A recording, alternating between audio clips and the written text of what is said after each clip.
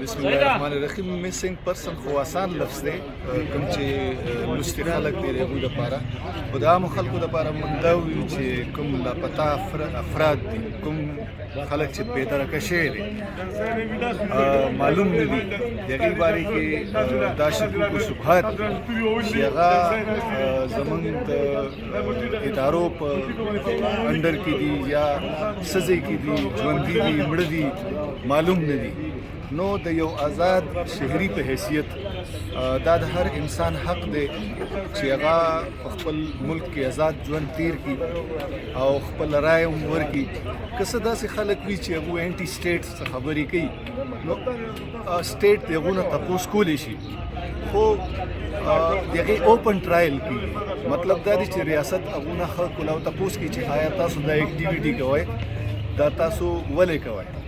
د دې نه څه مقصد دی ټیک شو نو هغه انټي سټیټ خلکو سره کېدی شي خو دلته کې ځینې داسې خلک هم لاپته دی چې د هغو څه قسم داسې سماجي سیاسي هلو ځلو کې څه رول هم نشته دی خو هغه هم چې کوم دی روک دي نو هغه کسان چې کوم دي د هغې کور والا چې کوم دي هغه ډېر پریشانه دي هغو ته پته نشته د کلونو نه چې د هغو روڼه دي که پلاران دي که زامن دي هغه چېرته دي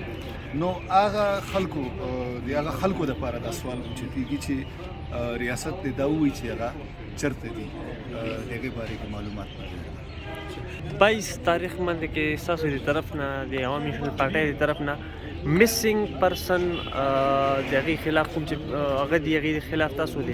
احتجاج یو د کیمپ داسې اعلان کړی نو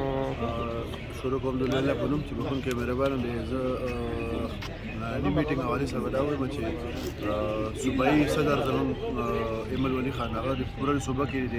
مسنګ پرسن حوالې سره احتجاج کولو حکم دی هغه چې به ټول 22 تاریخ باندې 1 بجې نه وخت 2 بجو دې منځ کې به احتجاج موږ احتجاج پروګرام چې کوم دی هغه مو صرف د پریس کلب مخې ته به کوو او زموږ چې کوم 1 بجې نه وخت 2 بجو پورې کوم ځای چې کوم موږ ناست یو هغه د عدالت منځ کې چې کوم د جرګې ځای دی کوم چې عام خلک هلته کښېني هلته موږ کښېنو پرامن به ناست یو صرف د هغو خپل احتجاج به ریکارډ کوو دا د سړک بندولو یا د نور داسې څه تحریفکارۍ احتجاج نه دی بلکې هغه خلک چې کوم روک دي او د هغو څه درک نه لګي د هغو باره کې یو احتجاج ریکارډ کول هغه انشاءالله د نورو صوبې په شان بډرام کې هم هغه احتجاج ریکارډ کېږي شروع کوم په نامه د لوی الله چې ډېر بخونکی مهربانه دی ګرانو ملګرو لکه څنګه تاسو ته پته ده چې په 22 تاریخ باندې عوامي نېشنل ګوند پوره په ملک کې کم چې بېدرکه خلک دي مسنګ پرسن ورته وایي د هغې دپاره احتجاج اعلان کړی دی نو همدغه شان به په بډګرام کې هم احتجاج کېږي لکه څنګه تاسو ته پته ده چې ملګرو دلته په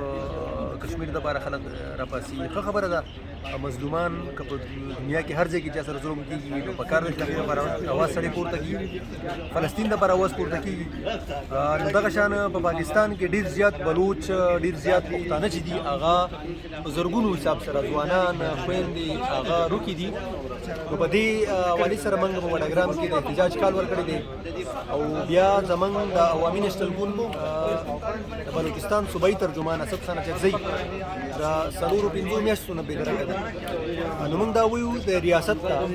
که چېرته څه داسې وي مطلب څه په اکټیویټیز کې ملوث وي څه داسې غلط اکټیویټیز کې نو په دې پاکستان کې ادارې هغه شته عدالتونه دي نو تاسو له پکار ده چې دا په دې عدالتونو ته پیش کړئ که څه داسې وي نو سزا دې ورته ورکړی شي نو موږ په دغه حوالې سره موږ احتجاج کال ورکړی دی په 22 باندې د ټولو غیرتمندو پښتنو د وډګرام ټول ولس ته اپیل دی چې په دې احتجاج کې شرکت وکړي